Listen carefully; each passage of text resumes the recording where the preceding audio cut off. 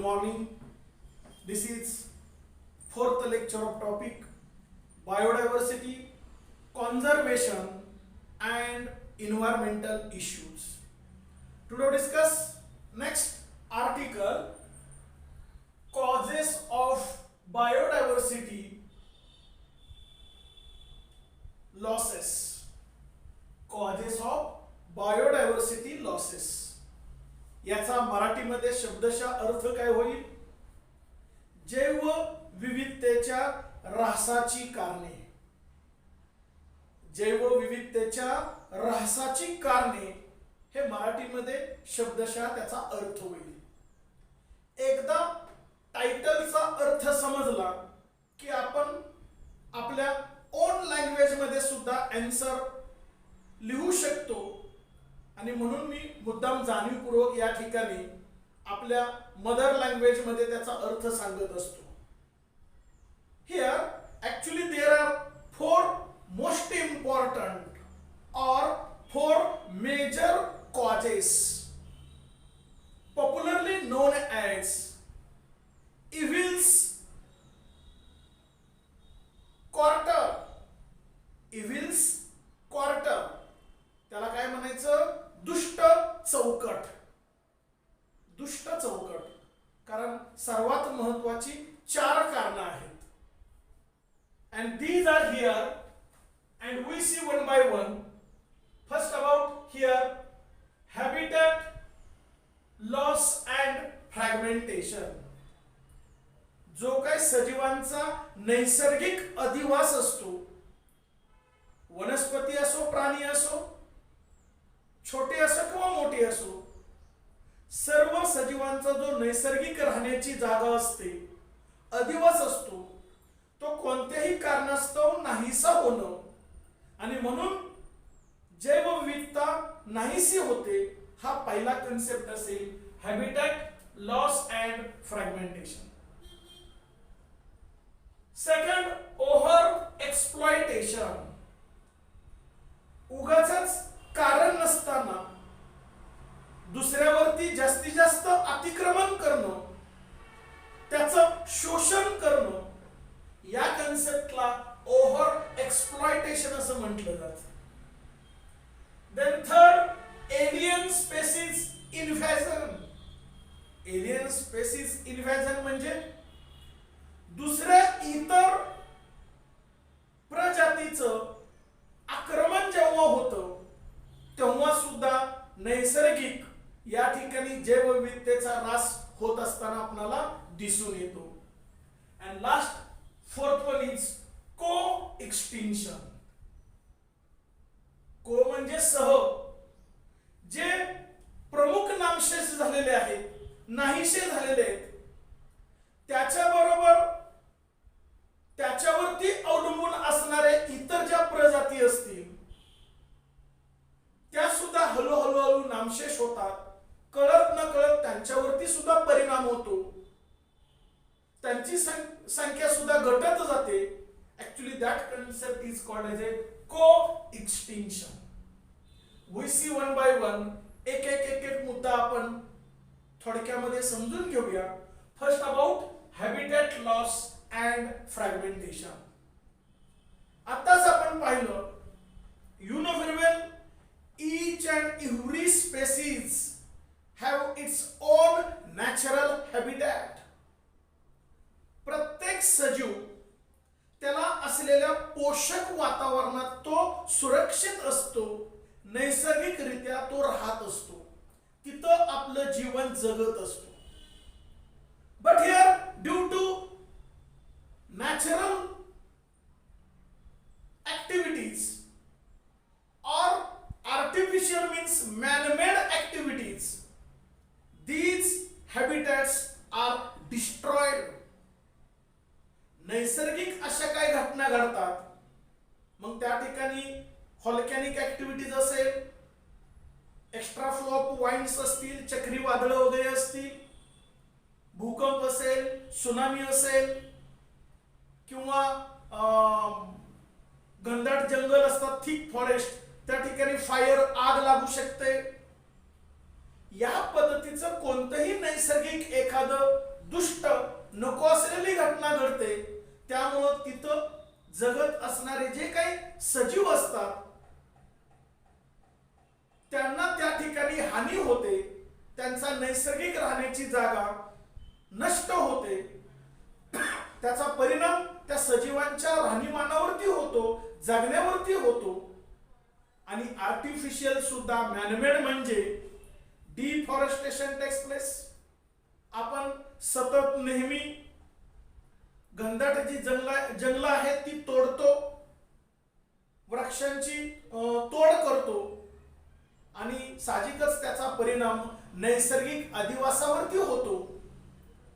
या पद्धतीनं कोणत्या ना कोणत्या कारणास्तव as well as most important is pollution. Air, water, land. Here these three most important basic needs of each and every living species. प्रत्येक सजीवाला हे अत्यंत महत्त्वाचे घटक आहेत आणि त्याच्यामध्ये जर प्रदूषण झालं, सभोवतालचं वातावरण जगण्यास लायक राहिलं नाही तर त्या ठिकाणी सजीव जगू शकणार नाहीत, त्यांची हानी होते, दिवसेंदिवस त्यांची संख्या कमी होते. म्हणजे थोडक्यात जो कोणताही सजीव असो त्याला जगण्यास पोषक असं वातावरण असावं लागतं. त्याचा नैसर्गिक अधिवास जो असतो, नॅचरल हॅबिटॅट, तो सुरक्षित असावा लागतो, कम्फर्टेबल झोन मध्ये असावा लागतो. तेव्हा ते सुरक्षित राहतात, तेव्हा ते जगतात. Otherwise they die immediately or extinct. ते मरण पावतात किंवा नाहीसे होतात. आणि म्हणून हळूहळू या ठिकाणी आपल्या जैवविविधतेचा ऱ्हास झालेला दिसून येतो. This is the first most important major cause of loss of biodiversity. Then second, over exploitation. कारण नसताना जास्तीचं अतिक्रमण किंवा शोषण. The major difference in between all remaining species and human. इतर जे काही सजीव असतील, प्राणी असतील आणि ह्युमन, याच्यामध्ये एक बेसिक अत्यंत महत्वाचा फरक आहे. There is a most important basic difference. तो महत्वाचा फरक कोणता असेल? Human have a natural tendency to accumulate beyond their need. कोणतीही गोष्ट असो, गरजेपेक्षा जास्त साठवणूक करायची, गरजेपेक्षा जास्त स्टोअर करून ठेवायचं, स्वतःकडेच ते आहे असं थांबवून ठेवायचं, इतर कुणाला मिळणार नाही, आपल्यालाच ते जास्त मिळावं, ही नैसर्गिक मानवी टेंडन्सी आहे, मानवी स्वभाव आहे. आणि हे एक अत्यंत महत्वाचं कारण आहे की जैवविविधतेचा ऱ्हास होतो. कोणतंही एक्झाम्पल घेऊ. वॉटर. पाणी जेवढं गरजेचं आहे तेवढं वापरलंच पाहिजे. पण मानवजात पाणी किती वापरते, कसं वापरते, यू नो व्हेरी वेल. तुम्हा सर्वांना माहिती आहे पाणी आपण कसं वापरतो. म्हणजे नॅचरल रिसोर्सेस जे आहे त्याच्यावरती कारण नसताना आपण अतिक्रमण करतो, इतरांना कमी पाणी मिळतं आणि आपणच ते जास्तीत जास्त वापरून संपून टाकतो. मग इतर प्राण्यांना, पशु पक्ष्यांना ते कमी मिळतं and naturally they die or extinct. आणि म्हणून त्यांची संख्या हळूहळू घटते. एक्झाम्पल म्हणून वॉटर दिलं. याच पद्धतीचं सर्व असेल. डिफॉरेस्टेशन करतो for the construction of our homes, hotels, lodges as well as bungalows. आपलं घर असेल, बंगला असेल, हॉटेल असेल, लॉज असेल, ही जी काय बांधकामासाठी एका व्यक्तीला एक घर पुष्कळ झालं.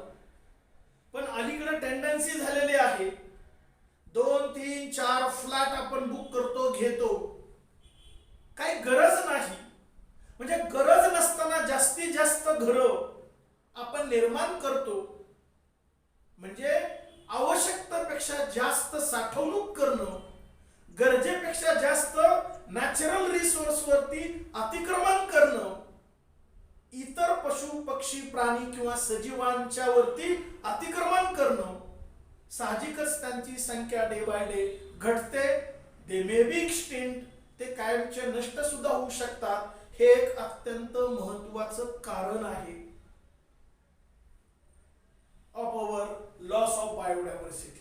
This is the over exploitation. Then third, alien species invasion, म्हणजे other species जी नैसर्गिकरित्या त्या अधिवासामध्ये नसते,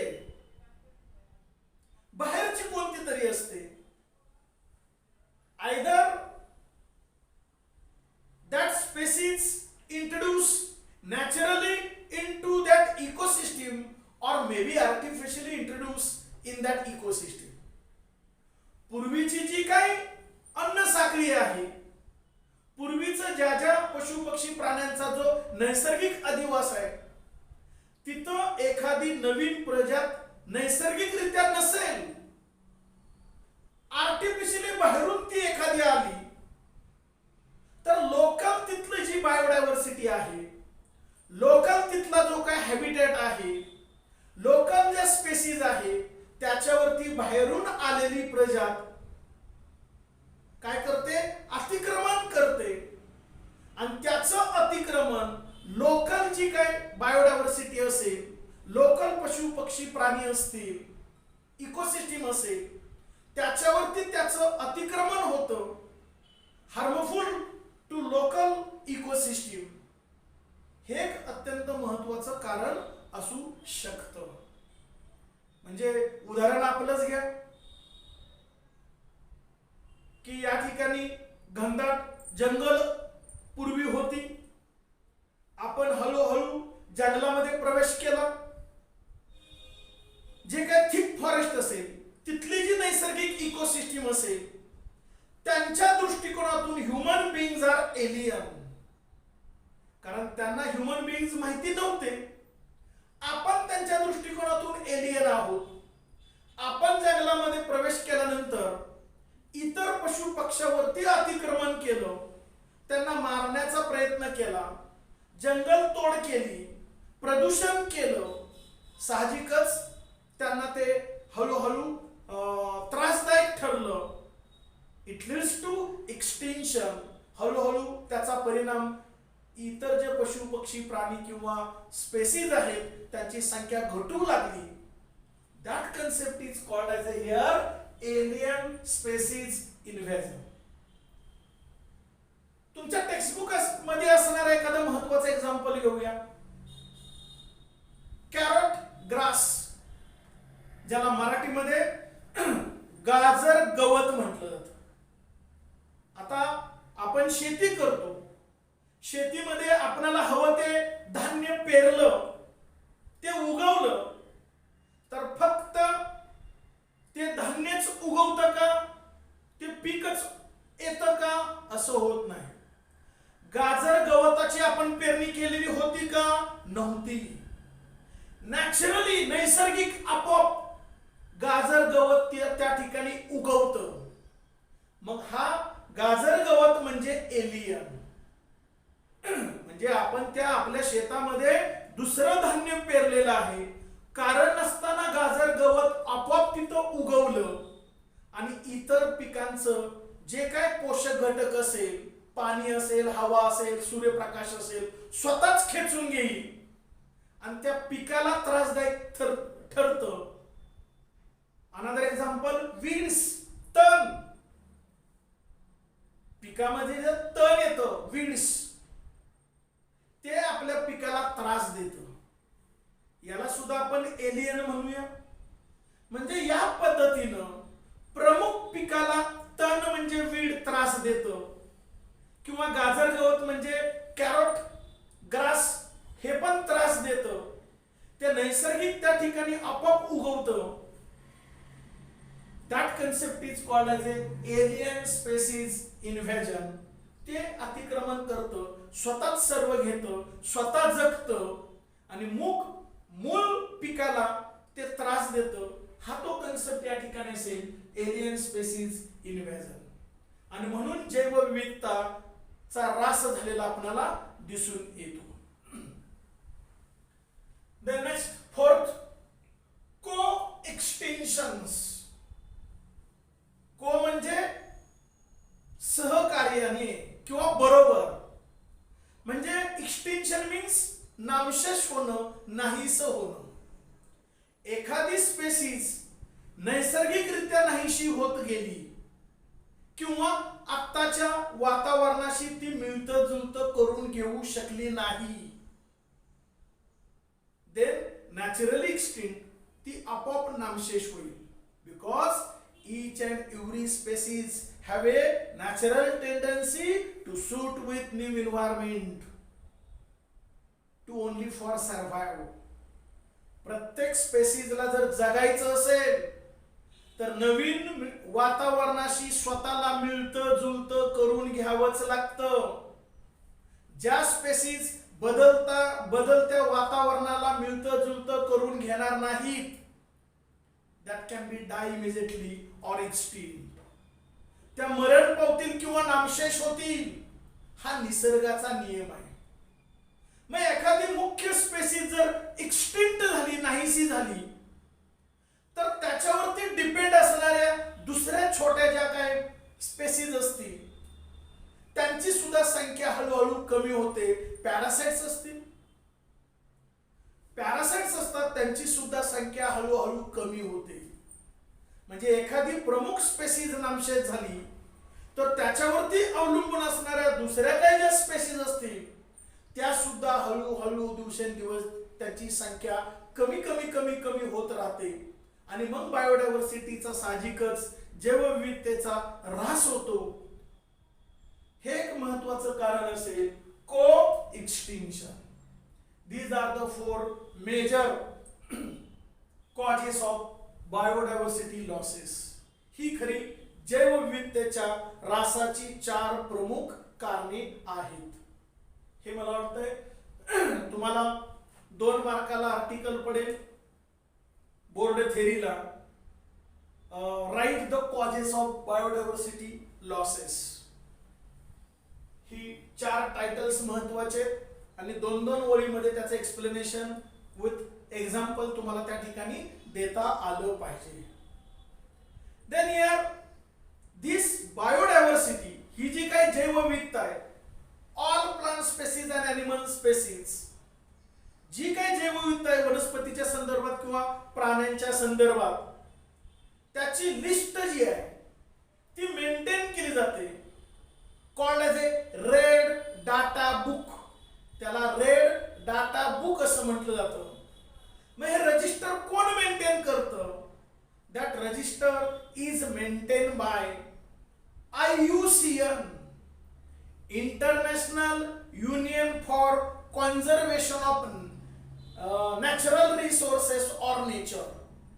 international Union for Conservation of nature or natural resources असं त्या संघटनेचं नाव आहे. त्याच्या थ्रू रेड डाटा बुक म्हणजे red list of all plants and animal species ती मेंटेन केली जातं, त्याचे record.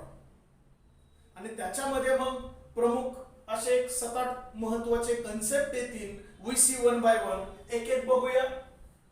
First about extinct. Extinct म्हणजे नाहीसं होणं, नामशेष होणं.